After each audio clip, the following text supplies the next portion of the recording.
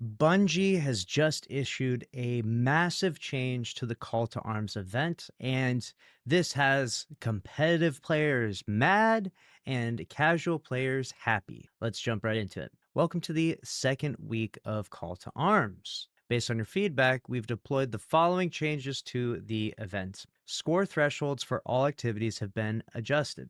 Numbers abbreviated for readability. So for the salt mines, top 1% is 3.37, top 10% is 2.4 million, Crucible 13,000, top 10% 12,000. All right, they go through and they adjust them. So now score thresholds below top 10% have also been adjusted to further open up eligibility for the shader and transmat rewards. All right, so they're going to be locking things. Get ready. The PvE changes are designed to protect the challenge of claiming the event's top emblem reward, but we also feel it's necessary to address the 550 power players that have been adversely affected by lower score bugs introduced alongside our power equalization changes. So, in the process of them trying to equalize the fact that 550 power people get more points in this tournament, they created a bug, I guess. And so maybe people that are 550 can't score, or people that are just below 550 maybe can score higher than 550 people potentially. I'm not sure if that's happened, but they're at least saying that there is a bug there. The PvP change is designed to address these several reports we're seeing of players coming in just a few points short after completing very high scoring games. We want to open this pool up slightly to encompass these players. So this is it. To prevent further impact of the power changes, the call to arms score thresholds have now been locked. So they're locked where they're at right now. If you go look at them wherever you're at, if you've passed the threshold, you should be good to go. Okay. It said that rewards would lock in, roughly 3-4 days, but they're doing it a little bit early, it would seem. We're also planning to deploy a live update that introduces the following call to arms changes. Decrease the cost of Tier 1 revive tokens and upgrades from Riven at the start of the coil activity. Tier 1 revive tokens changed to 25 Wishing Glass, previously 100. Other Tier 1 dragons' wishes upgraded, changed to 50 Wishing Glass, previously 100. Tier 2 and 3 upgrades and revive tokens will remain unchanged. Expanded the interact radius of the daily shipment chest to address reports that its interface isn't showing. So basically, if you went and did the coil activity, it was kind of brutal. You have to stay alive the whole entire time, and you very few like res tokens and stuff. And so I think they're just adding a little bit more to that to make it a little bit more manageable to get a higher score. We unfortunately can't address the following issues in time for this event. The team has been exploring how to address the impact of high-value target spawns in the salt mines activity. So if you don't know, if you do a run and the HVT doesn't spawn at the bottom, like we've mentioned many times before, you will get a pretty high score still, but not nearly as much. So you're missing out on like maybe 400,000 points, which is a lot, right? We plan to factor them in for consistent scoring in future call to arms events. So keep that in mind. They're learning from the process. This is the first time around, right? The call to arms tooltips indicate the incorrect number of competitor points required to earn the next percentile for above average, top 30%, and top 10%. The correct values are 5, 10, and 50 points, respectively. We appreciate your continued feedback and patience with this first call to arms, and will apply these changes for future events. So there you have it. So why are competitive people angry about this one, right? Well, if you were taking the event really seriously, if you were really grinding with it, you would notice that the score thresholds just keep going up and up and up each day. Like it's getting harder and harder. So you kind of have to keep going back in.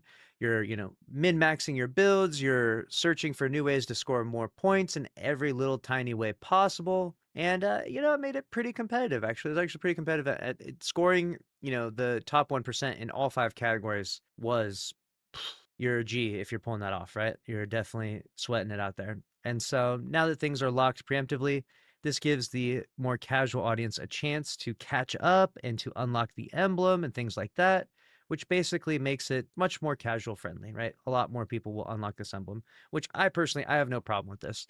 I think that it's cool for casual players to, have that aspirational loot to chase for. I know that people who are a little more hardcore and dedicated really like when there's something super rare and exclusive that makes it worth all that hard work. So I can kind of see why they were kind of hoping for the emblem to be pretty rare. But this event isn't meant to be quite as competitive as like maybe a contest raid, type of thing. But it definitely had a pretty strong competitive element to it. I actually didn't hate this event overall. I think that its biggest downside is just doing some really, years old missions, right? Like, it's not especially exciting, but the structure of it is actually pretty neat and pretty creative. And it created and incentivized you to play the game over and over and over again. So, to that purpose, I actually think that it was a success. I just wish that they could have launched it with like, 5 new activities. Imagine if it was a new Crucible mode with maybe a new Crucible map. I know this sounds insane to even talk about new Crucible things in 2025, but it's kind of the way it should have been. A new strike, some new activity, a new solo ops mission. That would have been incredible, right? That would have been awesome. That would have really got people excited. New missions out. Let's grind it. Let's do it 100 times, etc. Right? So, what does this mean for you now? If you're locked into the top 1%, you're Gucci. It's already, the scores are locked in. You're going to stay locked in 100%.